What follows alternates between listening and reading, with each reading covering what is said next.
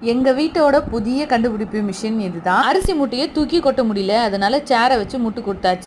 உங்க வீட்ல இருந்து அரிசி கொட்டுறது, கேஸ் மாத்திர வேலை எல்லாம் நீங்க தான் பாக்கணுமா அப்படின்னு சொல்லிட்டு மறக்காம கமெண்ட்ஸ்ல சொல்லுங்க. இன்று எங்கள் குழந்தைகளின் விளையாட்டு கண்ணாம்பூச்சி தான். பாவம், குழந்தைங்களுக்கு கண்ணை மூடுறதுக்கு இடமே இல்ல, கிடைச்ச இடத்துல ஒளிஞ்சுக்கிறாங்க. குழந்தைங்க விளையாடுறத பாத்துக்கிட்டே அப்படியே எங்க வீட்டுல இன்னைக்கு வெள்ளிக்கிழமையா சாம்பாரையும் கருணைக்கிழங்கையும் பொடிச்சு எடுத்துட்டு எனக்கு லீவ் விட்டு இதுல இருந்து வெளியே அடிச்சுட்டே போல. அவங்க அப்பாவும் கொஞ்சம் பிஸியா இருந்ததுனால வெளியே போக முடியல. நேற்று தான் டைம் கிடைச்சு ஈவினிங் படத்துக்கு போலாம் அப்படின்னு சொல்லிட்டு தான் பிளான் பண்ணோம். ஈவினிங் 7:30 மணிக்கு படம் ஸ்டார்ட் ஆகும். ஆனா நாங்க ஃபேமிலியா போனாலே எப்படிதான் லேட் ஆகும்னு தெரியாது. நாங்க 2 பேர் போனா சீக்கிரமா போயிடுவோம். இதே ஃபேமிலியா போனா காலவர் லேட்டா தான் போவோம். 7:45 தான் படத்துக்கே போனோம். படம் எப்படி இருந்ததுன்னா ரொம்ப காமெடியா இருந்தது. பசங்களெல்லாம் அழைச்சிட்டு போனதுல தப்பே இல்லை. ரொம்ப சூப்பரா என்ஜாய் பண்ணிட்டு வந்தோம் படத்தை பார்த்துட்டு. 3 பேருக்கு ஐஸ்கிரீம், ஒருத்தருக்கு மட்டும் பாப்கார்ன். இந்த மே மாசத்துல கூட இவ்வளவு சம்மர்லயும் எப்படிதான் பசங்களுக்கு சளி பிடிக்குதுன்னு தெரியவே இல்லை. படத்தை முடிச்சுட்டு எங்க போனோம் அப்படின்னு சொல்லிட்டு நெக்ஸ்ட் வீடியோல சொல்றேன். பேசுறதுக்கு ஒரே ஒரு சப்ஸ்கிரைப் மட்டும் பண்ணிட்டு